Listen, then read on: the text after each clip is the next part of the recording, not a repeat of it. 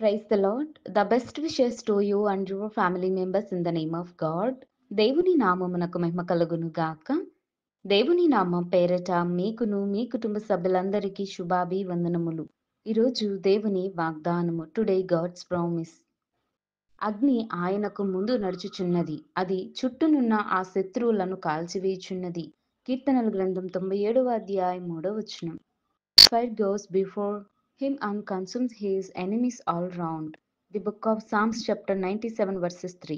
క్రీస్తునందు ప్రియమైన సహోదరి సహోదరులారా, ఈ ఉదయకాల సమయంలో దేవుడు తెలియచేస్తున్నాడు. చూడండి, దేవుడు ఈ భూమి మీదకి వచ్చేటప్పుడు అగ్ని గంధకములతో వస్తాడు. ఆయన కంటే ముందుగా అగ్ని నడుస్తుంది. ఎందుకంటే అగ్ని శత్రువులను కాల్చివేస్తుంది. సాతాన శక్తులు గాని చీకటి శక్తులన్నిటినీ లయపరిచి ఆ యొక్క అగ్నితో కాల్చివేయబడి దేవుని యొక్క అగ్నితో వెలుగుతూ దేవుడు వస్తాడని దేవుడు తెలియచేస్తున్నాడండి. అయితే దినవాగ్దానం ద్వారా దేవుడు మనతో కూడా తెలియచేస్తున్నాడు.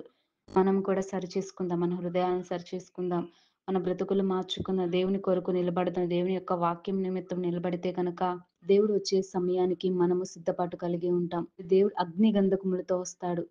భూమి మీద ఉన్నటువంటి సాతాన శక్తులను ప్రతిదీ కూడా దేవుడు నాశనం చేయగలడు. అంతటి శక్తి దేవుడికున్నది. కనుక మనమంతా దేవునికి భయభక్తులు కలిగి మనం సాతాన సంబంధులుగా కాకుండా దేవుని సంబంధులుగా జీవిస్తూ మన ప్రవర్తన నడతను మార్చుకొని దేవుని పట్ల నిజమైన విశ్వాసం కలిగి ఉంటే దేవుడు తప్పకుండా దేవుని యొక్క రాకడ సమీపంలో మనమంతా కూడా ఎత్తబడతాం. కనుక దేవుడి వాగ్దానమును మనందరి జీవితాలలోనూ నెరవేర్చును గాక. ప్రార్థన.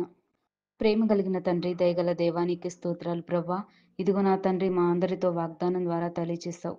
అగ్ని ఆయనకు ముందు నడుచుచున్నది, అది చుట్టూనున్న ఆయా శత్రువులను కాల్చివేచున్నదని మాతో తెలియచేశావు ప్రభా. అవును నా తండ్రి, నీవు వచ్చే ముందు చీకటి శక్తులు సాతాన శక్తులన్నీ లయపరుస్తున్నావు ప్రభా.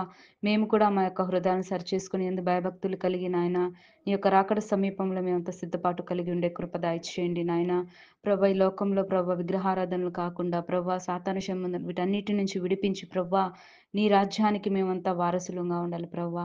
మమ్మల్ని మేము తగ్గించుకొని నీకు ప్రార్థించుకొని మా యొక్క పాపములన్నిటిని మీ ఎడలో ఒప్పుకుంటున్నాం దేవ. దయచేసి మమ్మల్ని అన్నిటిని క్షమించండి. లోక సంబంధులుగా మేము ఉండకూడదు ప్రభా. నీ యొక్క పరమందు సంబంధంగా ఉండే కృపా కాపుదల మాకు నీ వాక్యం వింటున్న వారందరికీ దయచేయమని కోరుతూ యేసయ్య నామమున అడుగుచున్నాం తండ్రి, ఆమేన్.